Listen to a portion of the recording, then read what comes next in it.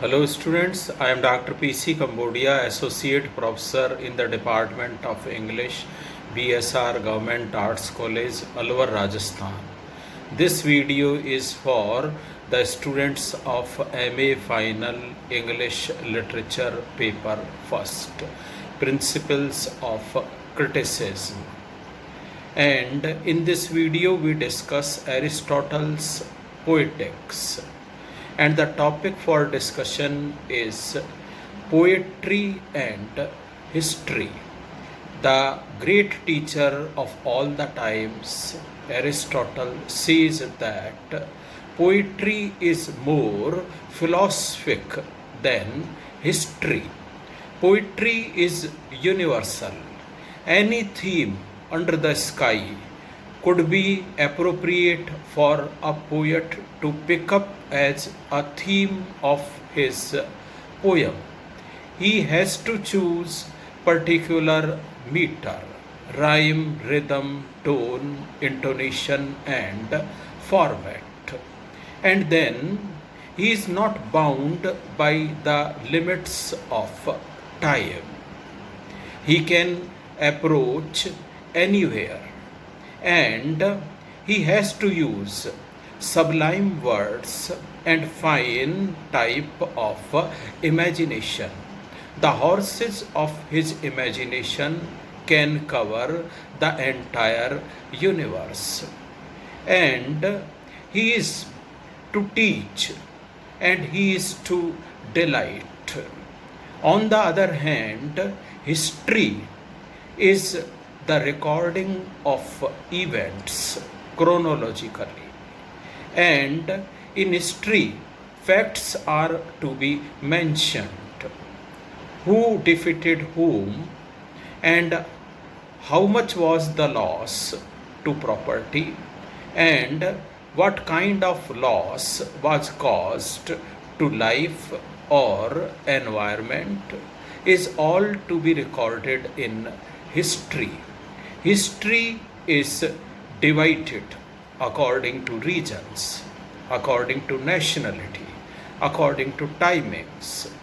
But for poetry, such divisions are not there, because a poet is master of himself. To go anywhere, one can say that there are the divisions in poetry. Of course, there are the divisions once the poetry is composed.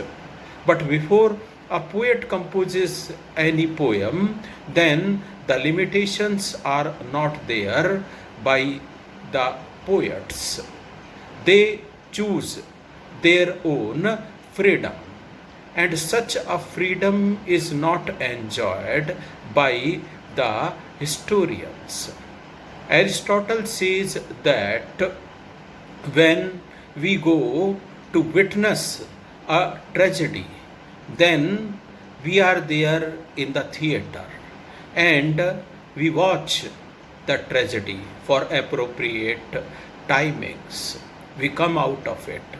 Of course, what the spectators observe in the theater was particular, topical, and characters were also referring to certain events, but the topicality of what happened in that tragedy is to be interlinked so as to find universality in it, and that gives us a kind of a pleasure, and that pleasure is called as tragic pleasure by the great teacher Aristotle.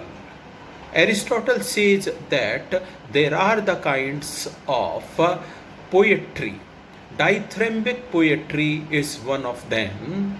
Then epic poetry is there, and then there are other divisions. Say for example, lyrical poetry is there, dramatical poetry is there, but such divisions are not there in history. He quotes one example that Herodotus is the father of history, and he has created history. If his works are to be rewritten, giving a meter, giving a format, then his work will not be transformed to poetry because of the contents, because of prose nature of description. But the style of composing a poem is different from writing a history.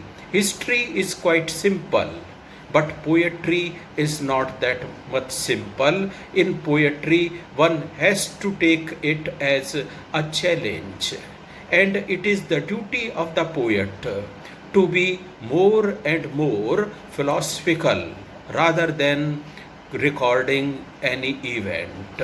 And we further notice that the great teacher says that poetry is far better kind of art than history, and a poet's role is different. Of course, poets can take the plots from history, but it is not their duty to remain confined to the events of history. They can use their own freedom. So, this expectation that poets would be following truthfully the plots found by them in history is not a correct imagination or thought by the other persons. Sometimes questions are raised that such and such poet has used liberty or freedom with history. So he takes liberty or freedom with history because it is very much in his right to do that, whereas such rights can never be enjoyed by the historians. They will have to be topical, they have to be bound by the nations, by their incidents, and by their happenings. This way we see that poetry is much better kind of art than history, and history is at a lower level and the poetry is an exalted level, and we see that poets are more prestigious than the historians. The duty of historian is quite easy, whereas the duty of a poet is far challenging. A poet has to maintain the dignity of his thought. A poet has to maintain his quality, and a poet has to maintain proper decorum, whereas such challenges are not there in front of a historian. Historian is bound by whatever is going on. He keeps in mind the fact, he keeps in mind whatever has happened. He cannot mix falsehood or imagination in his work, whereas the poets are free to make use of their imagination and their views of own in order to enrich the poem, whereas history is not to be enriched with such type of ideology or thought.